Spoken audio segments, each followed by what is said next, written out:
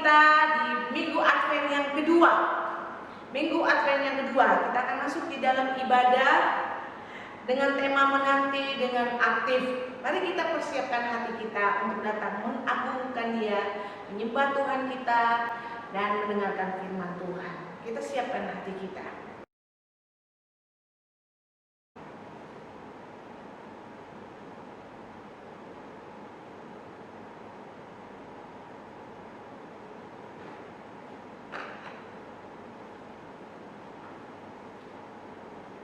Penyalaan 2 lilin bertanda kita sudah masuk di dalam Minggu Advent yang kedua. Kita akan mengangkat pujian dengan lagu Hai Mari Berhimpun dan Bersukaria. Kita akan menyambut kedatangan Kristus di dalam kelahirannya dengan pujian Hai Mari Berhimpun dan Bersukaria.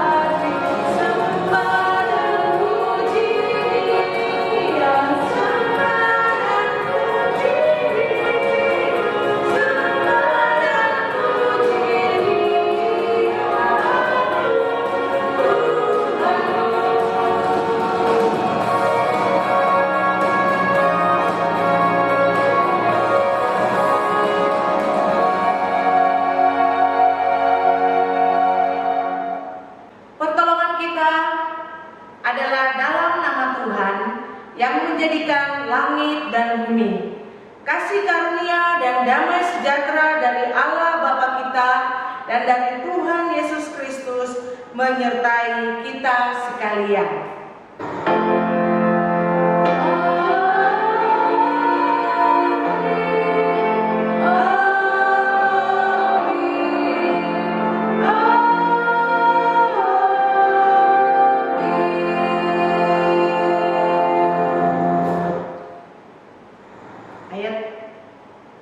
Hari ini yang kita ambil di dalam Yesaya 40 ayat yang ketiga. Ada suara yang berseru-seru, persiapkanlah di padang gurun jalan untuk Tuhan, luruskanlah di padang belantara jalan raya bagi Allah kita. Kita akan menanti kedatangan Kristus. Kita akan angkat pujian, oh datanglah Immanuel.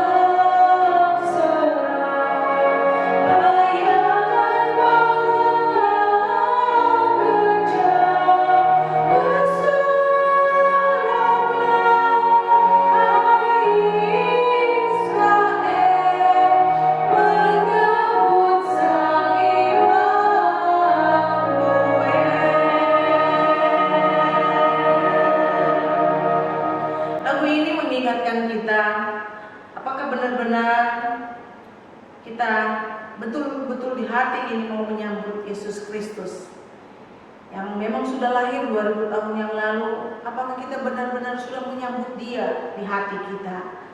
Biarlah di momen Natal Minggu Advent yang kedua, hati kita benar-benar menyambut Dia, Tuhan kita, Juru Selamat kita. Kita akan masuk di dalam pengakuan dosa. Kita berdoa. Bapa di surga, kami datang pada pagi hari ini di hadapan-Mu. Kami menyadari bahwa kami adalah orang berdosa yang sering kali melakukan kesalahan di hadapan Tuhan. Untuk itu hari ini Tuhan, kami datang dengan kerendahan hati kami, memohon belas kasihan Tuhan untuk mengampuni setiap salah dan dosa kami. Ampuni kami ya Tuhan, perkataan kami yang seringkali melukai hati sesama kami, melukai hati orang-orang yang ada di sekitar kami, dalam keluarga kami. Ampuni Tuhan, ampuni kalau perkataan-perkataan kami tanpa kami sengaja kami sudah melukai banyak orang. Tuhan, lewat pikiran kami, lewat perbuatan kami juga sering melakukan dosa di hadapan Tuhan. Ampunilah Tuhan. Biarlah lewat hari ini kami menyadari akan dosa kami dan kami mohon belas kasihan untuk mengampuni dosa kami. Ini pengakuan dosa kami Tuhan. Di dalam nama Tuhan Yesus kami berdoa. Amin. Sebagai umat-Nya yang sudah mengakui setiap dosa dan pelanggaran di hadapan Tuhan, marilah dengan bangkit berdiri kita menerima berita anugerah pada hari ini yang terambil di dalam Mazmur 32 ayat 1 sampai ayat yang kedua yang berbunyi, berbahagialah orang yang diampuni karena pelanggarannya, yang dosanya ditutupi. Berbahagialah manusia yang kesalahannya tidak diperhitungkan Tuhan dan yang tidak berjiwa penipu. Demikianlah berita anugerah dari Tuhan. Syukur kepada Allah. Kita akan menyambut firman Tuhan dengan angkat pujian, percaya dan patuh padanya.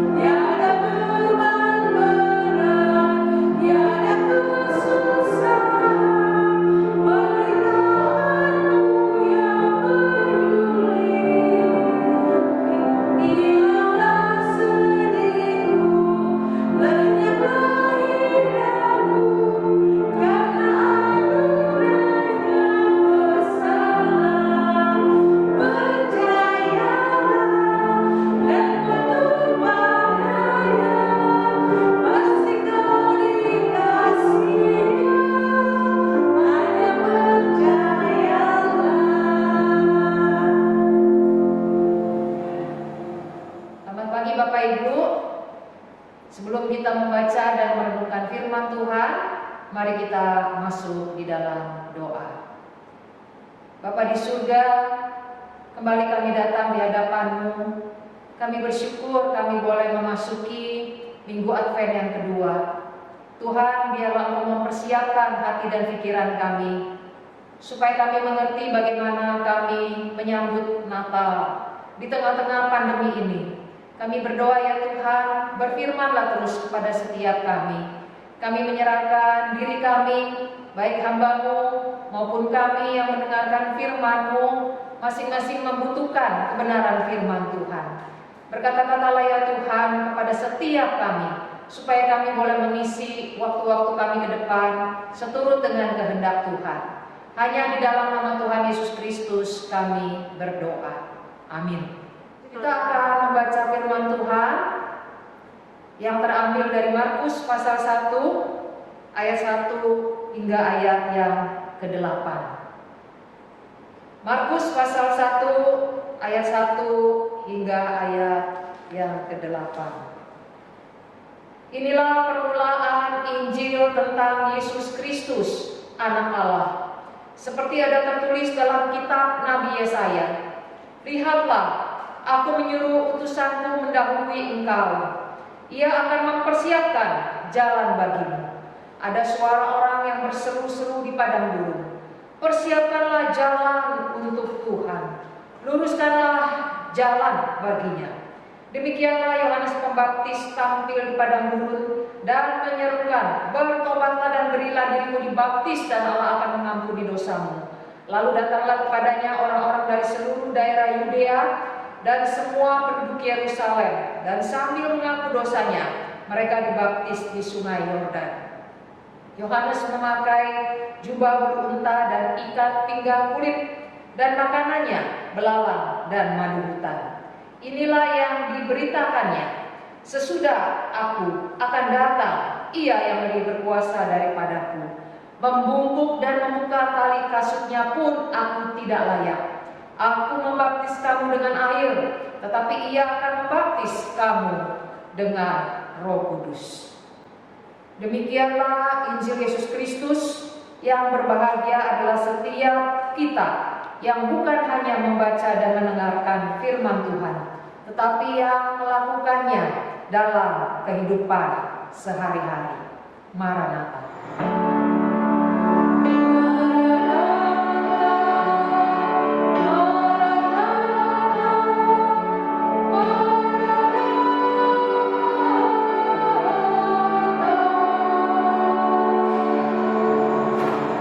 Bapak Ibu, pagi ini kita akan merenungkan satu tema, menanti dengan aktif. Kenapa tema ini diangkat? Sudah tentu dikarenakan banyak orang ketika menantikan hari Natal atau kedatangan yang kedua kalinya memiliki sikap yang salah. Ada orang yang menantikan Natal, tapi dia tidak peduli dengan kehadiran daripada Yesus Kristus. Dia tahu bahwa Yesus adalah tokoh utama dari Natal, tapi dia tetap tidak peduli. Ada juga orang yang menantikan Natal atau kedatangan yang kedua kalinya, tetapi tidak berbuat apa-apa. Mereka hanya sibuk dengan urusannya sendiri. Kita bisa lihat di dalam slide bagaimana sikap orang yang kedua. Dan sikap orang yang ketiga, mereka menantikan Tuhan. Mereka orang-orang Kristen, tapi mereka tenggelam di dalam dosa. Jadi sudah pasti mereka sendiri harus ditolong. Mereka tidak bisa menolong orang lain, karena mereka sendiri dalam kondisi tenggelam, hanyut oleh dosa. Kita berada di posisi yang mana? Apakah kita berada di posisi yang pertama?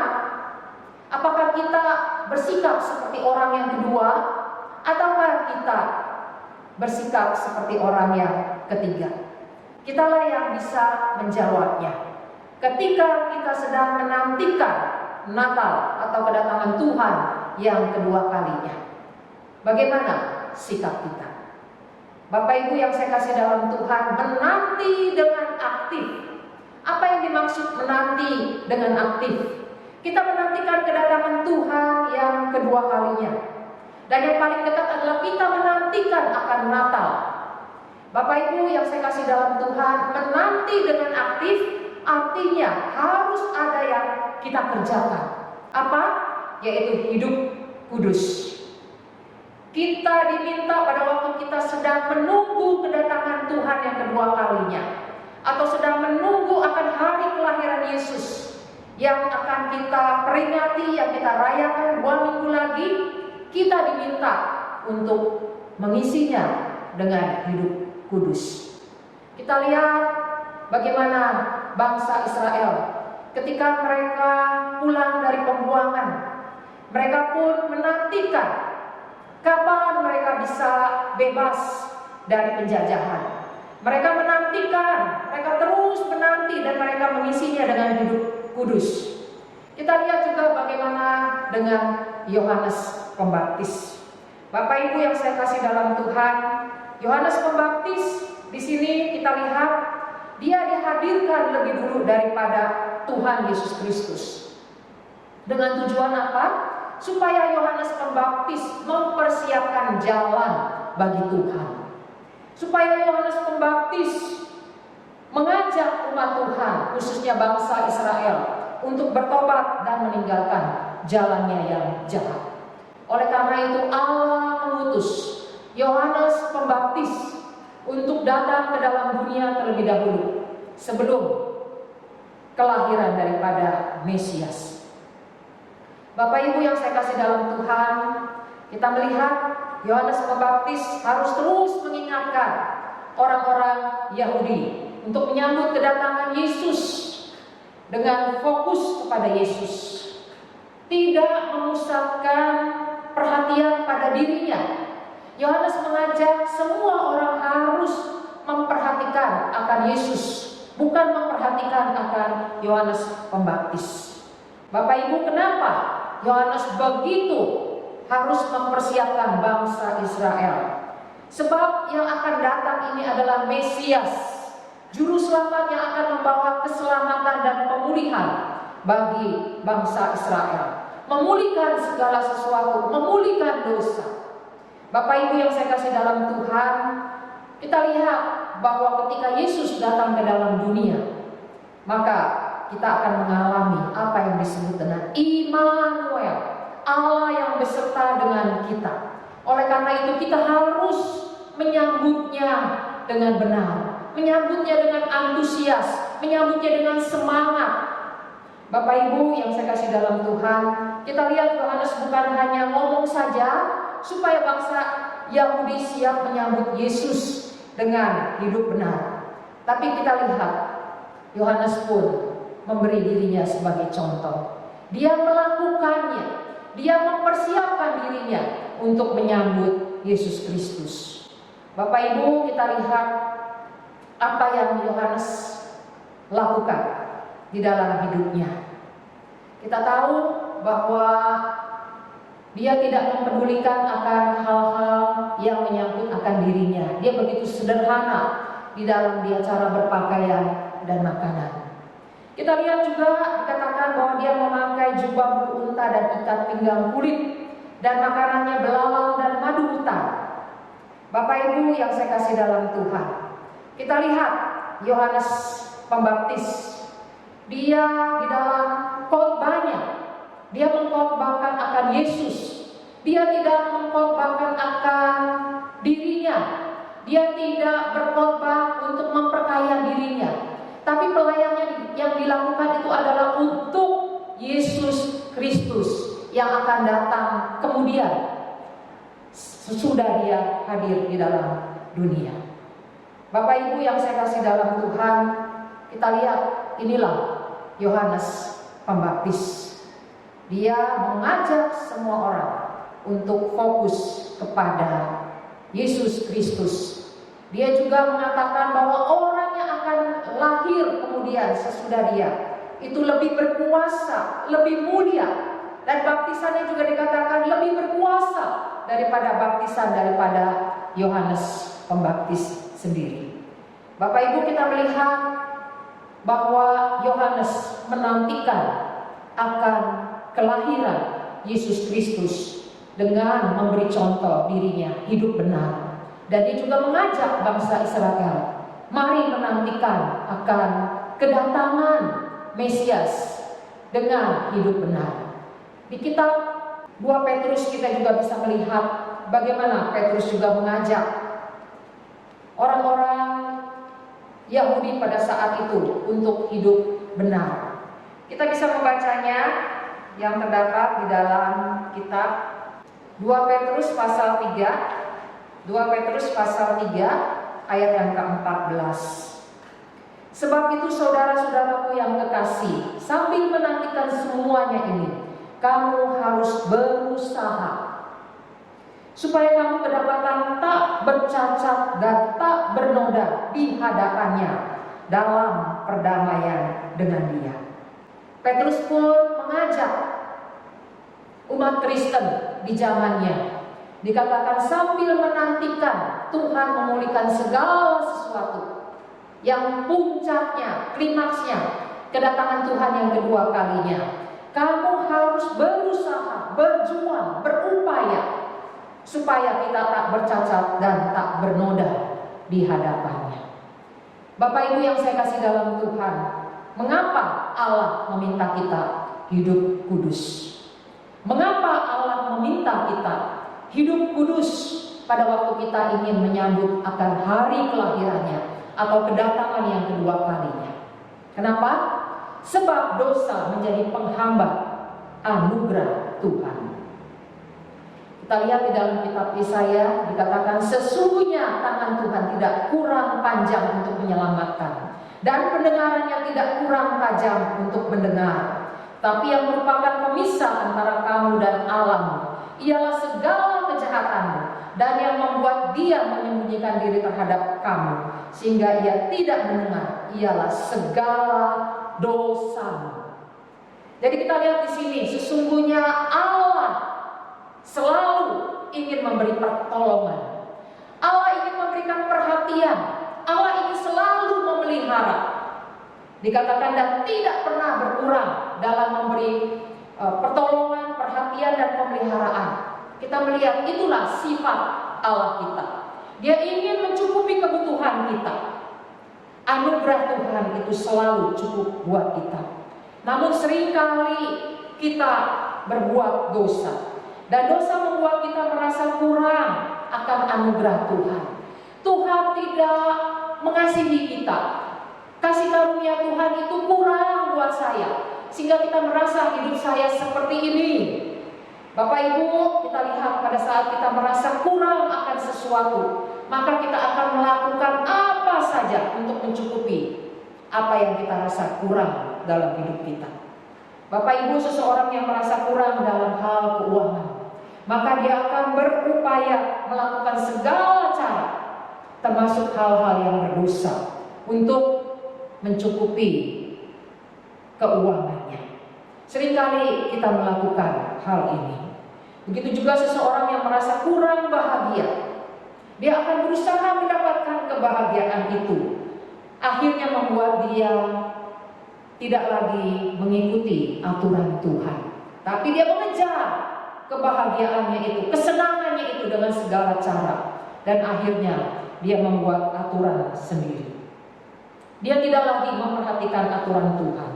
Dia merasa bukan dosa besar, bukan masalah kalau dia tidak melakukan perintah Tuhan. Toh semua ini demi untuk membuat dirinya bahagia. Dia merasa hal wajar-wajar saja, sah-sah saja dia berbahagia dan dia melanggar perintah Tuhan. Bapak Ibu, sesungguhnya Tuhan tidak pernah keberatan dengan kebahagiaan atau kesenangan kita. Allah menciptakan juga kita supaya kita juga menikmati kesenangan dan kebahagiaan, tapi dalam tahap atau di dalam lingkaran, di dalam pagar, di dalam aturan yang sudah Tuhan tetapkan. Namun seringkali kita salah di dalam menempatkan kebahagiaan atau kesenangan kita. Kita menganggap kesenangan kita itu adalah tertinggi. Kesenangan kita akan uang, akan harta, akan tahta, akan wanita, akan pria, kita anggap tertinggi. Inilah yang akan bisa memuaskan hidup saya. Inilah yang akan membuat saya bahagia. Inilah yang akan membuat saya senang.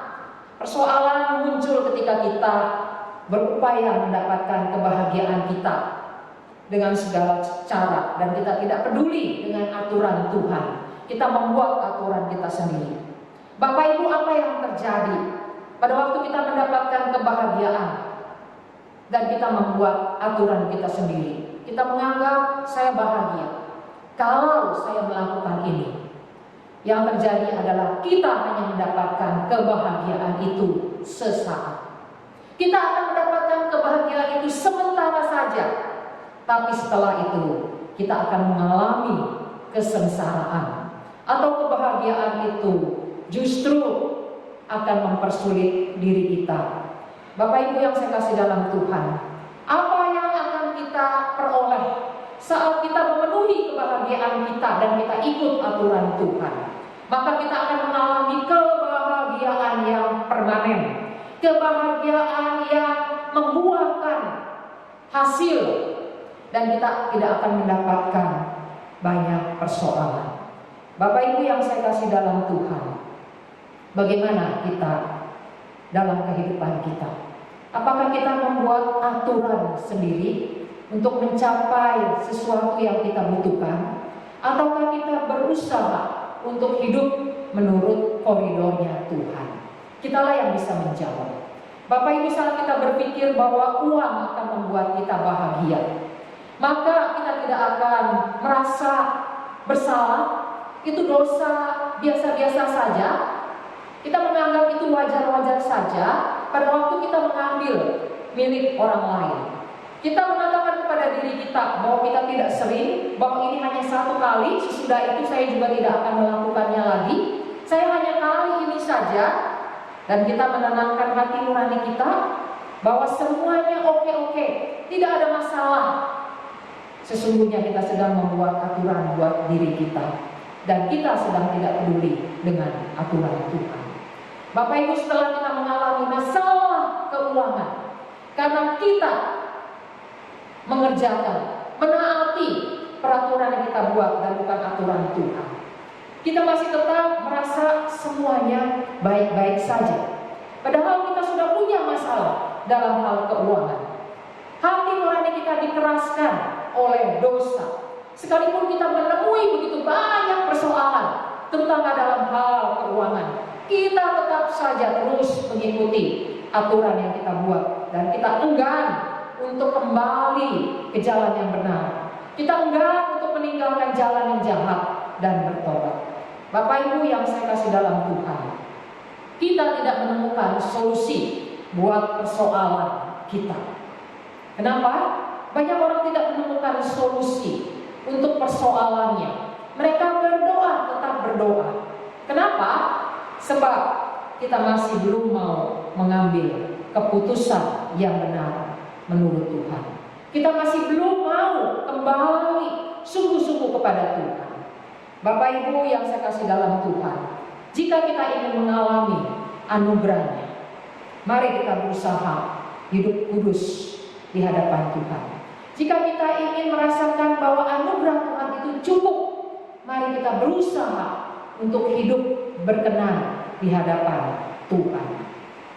Bapak Ibu, kita akan merayakan Natal 2 minggu lagi. Ya, kita akan merayakan Natal 2 minggu lagi. Apakah kita sudah mempersiapkan diri menyambut tokoh, ya, menyambut tokoh utama daripada Natal, yaitu Yesus sendiri? Apakah kita menantikan hari Natal dengan berusaha hidup kudus dan tak bercacat? Ataukah saat ini kita sedang menantikan pertolongan Tuhan untuk masalah di dalam kehidupan kita? Apakah kita juga berjuang hidup menurut aturan Tuhan dan bukan membuat aturan kita sendiri? Ataukah kita tetap hidup dalam dosa sehingga kita merasa bahwa anugerah Tuhan itu kurang buat kita? Bapak Ibu, mari kita belajar hidup kudus supaya kita juga bisa merasakan anugerah Tuhan selalu cukup buat kita. Bapak Ibu, mari kita bayangkan jika Tuhan Yesus akan mengunjungi rumah kita dalam waktu 2 minggu lagi, apa yang akan kita lakukan? Sudah tentu kita akan bersiap-siap, bukan? Bagaimana kita menantikan akan hari kelahiran Yesus, yaitu di dalam Natal, ya? Apakah kita melakukan persiapan dalam menyambut akan hari kelahirannya yang tinggal 2 minggu lagi? Adakah kita menantikannya dengan aktif? Kita mempersiapkan kerohanian kita menjelang Natal. Apakah kita berbuat sesuatu? Apa yang akan kita tentukan 2 minggu ke depan? Apakah saya akan gunakan untuk membangun relasi, hubungan yang lebih dekat dengan Tuhan? Apakah kita berjanji dalam 2 minggu ke depan dalam menyambut akan kedatangan Tuhan ke dalam dunia ini yang berupa Natal? Adakah kita juga bertekad untuk memperhatikan minim 7 orang yang ada di sekitar kita? Apakah itu teman kita atau orang-orang yang belum percaya kepada Tuhan, atau orang yang sudah jauh daripada Tuhan? Ataukah kita menyambut Natal dengan biasa-biasa saja? Apakah kita juga menggunakan 2 minggu ke depan ini kita membangun relasi dengan Tuhan lebih dekat? Kita menggunakan waktu minim 10 menit untuk kita berdoa dan membaca firman Tuhan. Bapak Ibu, apa yang kita persiapkan di dalam kita menanti akan Natal, hari kelahiran daripada Juru Selamat kita? Apakah kita menantikannya juga dengan mempersiapkan keuangan kita? Kita akan memberi persembahan kepada Yesus Kristus sebagai tokoh utama. Bapak Ibu, adakah kita berusaha untuk memusatkan perhatian kita lebih lagi kepada Tuhan dan kepada sesama? Adakah kedatangan Tuhan berupa Natal membuat kita mempersiapkan diri? Ataukah kita seperti orang-orang yang menanti dengan sikap-sikap yang keliru? Bapak Ibu yang saya kasih dalam Tuhan, biarlah kita menantikan akan kelahiran Yesus. Kita melakukan sesuatu, kita bukan hanya sibuk dengan pekerjaan dan persoalan kita. Namun kita yang berdosa cenderung membuat kita hanya memperhatikan diri kita sendiri. Namun kita belajar dari Yohanes Pembaptis. Dia mengajak umat Tuhan dan dia juga memberi dirinya untuk fokus kepada Yesus Kristus. Kiranya Tuhan menolong kita selama 2 minggu ini, sehingga kita ingat bahwa Natal itu adalah kisah tentang Yesus Kristus. Natal bukan kisah tentang kita. Kita pergi kemana, kita mendapatkan apa. Biarlah sesudah Natal kita boleh menceritakan apa yang telah Kristus kerjakan di dalam hidup kita, apa yang Tuhan telah pulihkan di dalam hidup kita, dosa apa yang sudah kita tinggalkan.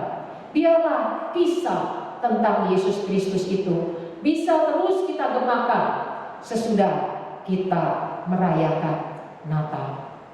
Bapak Ibu, mari kita menantikan Tuhan dengan aktif, dengan hidup kudus di hadapannya. Kiranya Tuhan memberkati kita dengan firman-Nya. Amin. Kita akan masuk di dalam doa. Kita juga akan berdoa beberapa hal untuk jemaat yang dalam keadaan lemah tubuh dan juga dalam keadaan masalah baik di keluarga, keuangan. Kita doakan juga untuk negara kita. Kita juga berdoa untuk diri kita agar kita juga menantikan hari kelahiran Tuhan dengan aktif. Kita tetap berkarya bagi Tuhan di tengah pandemi ini. Bapa di surga, kembali kami datang di hadapan-Mu. Biarlah ya Tuhan, kami menantikan akan hari kelahiran Tuhan. Dalam 2 minggu ini kami boleh fokus kepada Tuhan, dan kami juga boleh berkarya bagi Tuhan.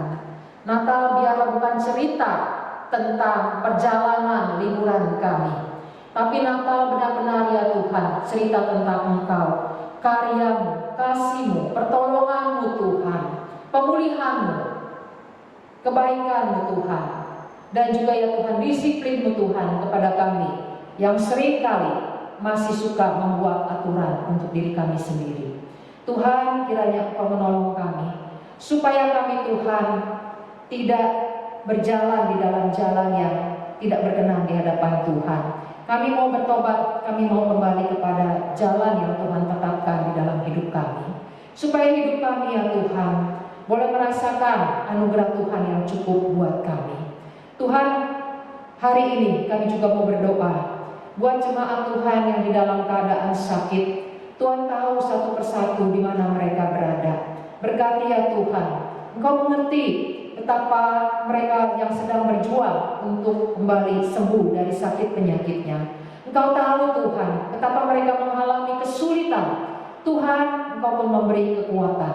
Kami juga berdoa bagi jemaat kami yang mengalami kesulitan dalam hal pekerjaan, di dalam ekonomi, di dalam keluarganya, mengalami persoalan, tidak ada relasi yang harmonis antara satu dengan yang lain. Kami juga terus bawa ke hadapan Tuhan. Kami juga mau bawa diri kami Tuhan.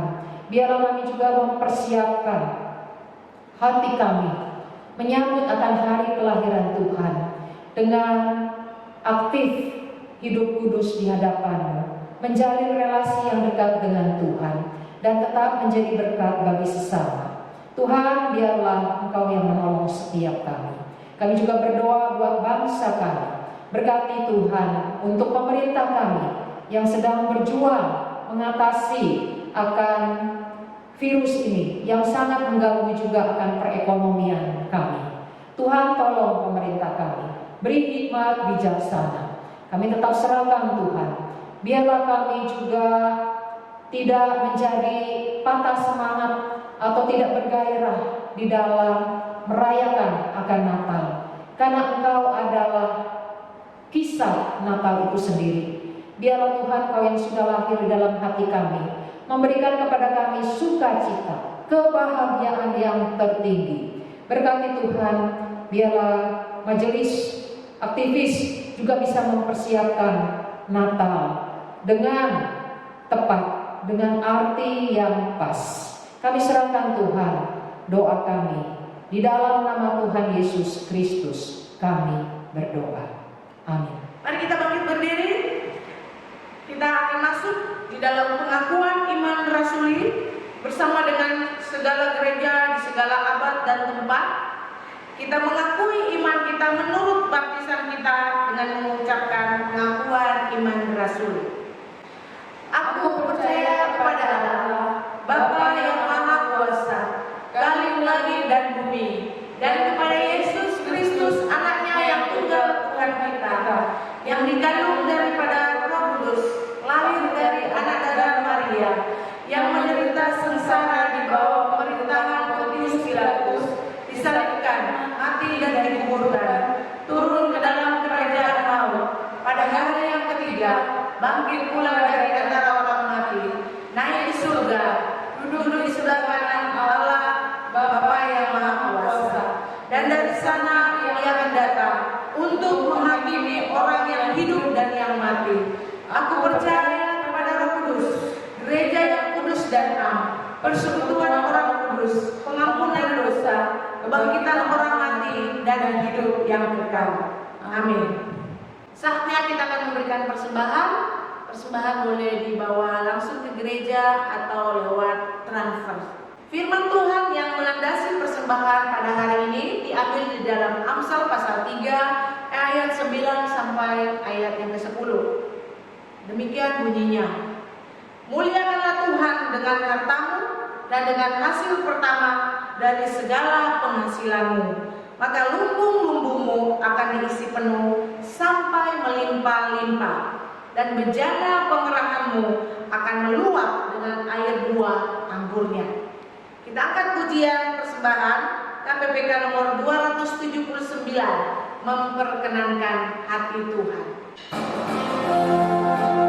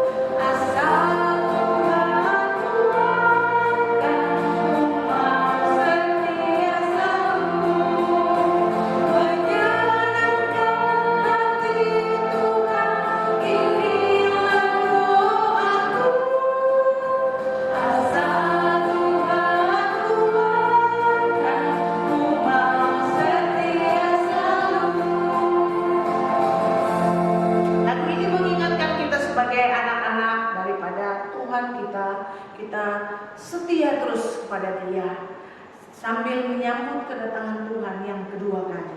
Kita akan mengakhiri ibadah kita Minggu Advent yang kedua. Dan doa berkat serta pemutusan akan dipimpin oleh Pendeta Melisa Sugihermanto. Bapak Ibu, saya minta untuk berdiri. Kita akan menerima berkat Tuhan. Menjelang akan Minggu Advent berikutnya, biarlah kita juga boleh mempersiapkan relasi kita dengan Tuhan, memperbaiki juga relasi kita dengan sesama, memperbaiki juga akan persoalan-persoalan yang terus menghadang kehidupan kita, menghambat pertumbuhan rohani kita. Biarlah Tuhan kembali yang memberkati kita.